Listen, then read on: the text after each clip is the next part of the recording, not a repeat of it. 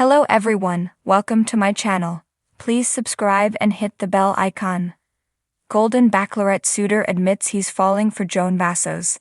Some Golden Bachelorette men bear all this week in a striptease, but one man bares his heart and admits he's falling for Joan Vassos. With the show heating up, this admission adds a whole new level of romance and tension. Keep reading for all the details. One suitor says goodbye, leaves show.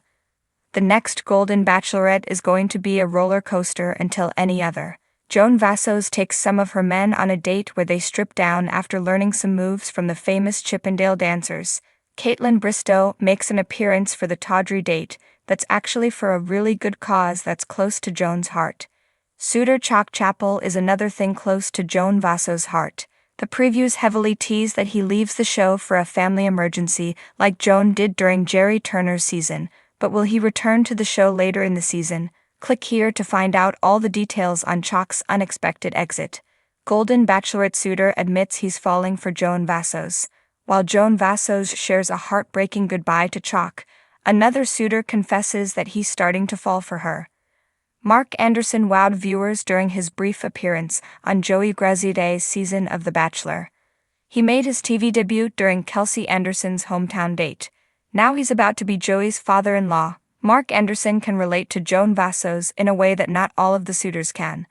Like Joan, Mark lost his spouse of many years to cancer. Joan's husband died of pancreatic cancer in 2021. Mark and Kelsey lost Kelsey's mom to breast cancer in 2018. He's finally ready to find love again, and with his daughter's encouragement, he joined the Golden Bachelorette to woo Joan. Mark is part of the Chippendale date, but he also bares his heart during a phone call with Kelsey. 6 ABC Philadelphia shared an exclusive clip of the check-in. "I'm telling you, this has been the best time in the last 6.5 years," Mark said to his daughter about his experience in the Bachelor Mansion so far. He gushed over Joan. "When I'm with Joan, I feel great. She's so there with each conversation and she just remembers so much." Kelsey Anderson encouraged her dad to enjoy his time on the reality TV show. "I'm just so happy for you, Dad, and I hope that you continue to make the most of this experience, and I hope I see you soon at hometowns." The air buzzed with excitement in the mansion as the cameras whirred quietly, capturing every stolen glance, every heartfelt conversation. The journey on the Golden Bachelorette was unlike any other. A romantic odyssey filled with second chances, lives that had been lived with rich stories, and hearts that had learned to love deeply but also survive loss. But for one suitor, everything had changed. That evening, he couldn't hide it anymore. He was falling for Joan Vassos. From the moment he had seen Joan step out of the limousine on the first night, there had been something undeniable about her. The graceful way she carried herself, the warmth in her smile, the twinkle in her eyes that hinted at a soul still full of wonder and hope, despite the decades that had passed. Joan was someone who had lived. She had felt love, lost it, and yet somehow still radiated joy. It was a joy that captivated him from the start. In those early days it was easy to be guarded. This wasn't his first attempt at love, after all. He had his share of heartbreak and goodbyes. But Joan wasn't like anyone he had met before. Her energy drew people in, but it was her depth that kept him close. Their first real conversation was over a simple walk in the garden. While other suitors might have opted for grandeur, he was more inclined to let things unfold naturally. Joan appreciated that. She opened up about her late husband, about the life they had built, and the family they had raised. As she spoke, her voice steady yet tinged with nostalgia, he realized he wasn't just attracted to Joan's beauty or charm. He admired her strength, her resilience, and the love she still held for the man she had lost. He had experienced a similar journey, loss, grief, and the fear that perhaps love wasn't meant to come around twice. But sitting there with Joan, he found himself sharing things he hadn't planned to. Stories of his past, his own heartache, and the hope he had dared to let back into his life. It was as though she could understand him in ways others simply couldn't, and perhaps it was that shared understanding that sparked something deeper within him.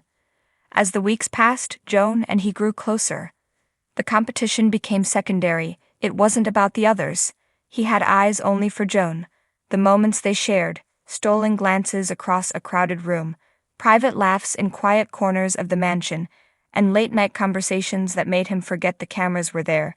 These were the moments that cemented what he already knew. He was falling for her. But the real revelation came one night during a group date.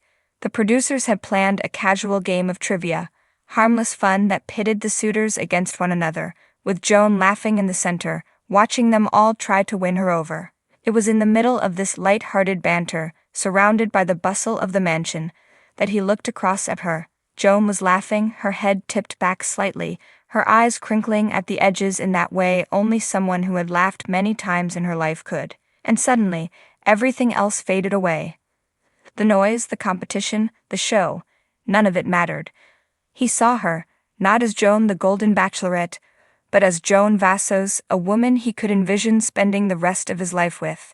His heart clenched, a strange mix of excitement and fear taking hold. He had known he liked her, but this was different. He wasn't just infatuated, he was falling, and fast. The thought scared him, but it also thrilled him. He hadn't expected to feel this way again. He had entered this journey with guarded hopes, telling himself that even if he didn't find love, he would walk away with new experiences and friends. But here he was, standing on the precipice of something real. He couldn't ignore it any longer. That night, after the date had ended and the others had drifted off, he found Joan alone in the garden, seated on one of the stone benches under the soft glow of lanterns. She smiled as he approached, and for a moment, the world seemed to shrink to just the two of them. He sat beside her, heart pounding, unsure of how to start. "Joan," he began, his voice betraying his nerves, "there's something I need to tell you." She looked at him, curiosity flickering in her eyes, but there was also an openness in her expression, as if she already knew what was coming. "I didn't expect this," he admitted, his hand brushing against hers. "I didn't expect to feel this way. But Joan, I think I'm falling for you." There. He had said it. The weight of the words hung in the air, thick with emotion. His heart raced as he waited for her reaction, his mind a whirlwind of what-ifs. But Joan, ever calm, ever graceful, simply smiled, her eyes softening as she reached for his hand. "I felt it too," she whispered, her voice steady but filled with the same emotion he had just confessed. "This connection, it's real. I wasn't sure if it was just me, but I'm glad you said something." Relief washed over him like a tidal wave, and he felt the tension in his chest ease. The moment felt surreal, almost too perfect to be happening on a reality show, but that didn't make it any less genuine. Here they were, two people who had thought their best days of love were behind them, finding each other in the most unexpected of places. They sat together in the garden for a while longer, hands intertwined, talking softly about the future, not just the future of the show, but their future. Whatever happened next, whatever the outcome, he knew one thing for certain. His heart had found its way back to love, and it had found Joan Vassos. And that was more than he ever could have hoped for.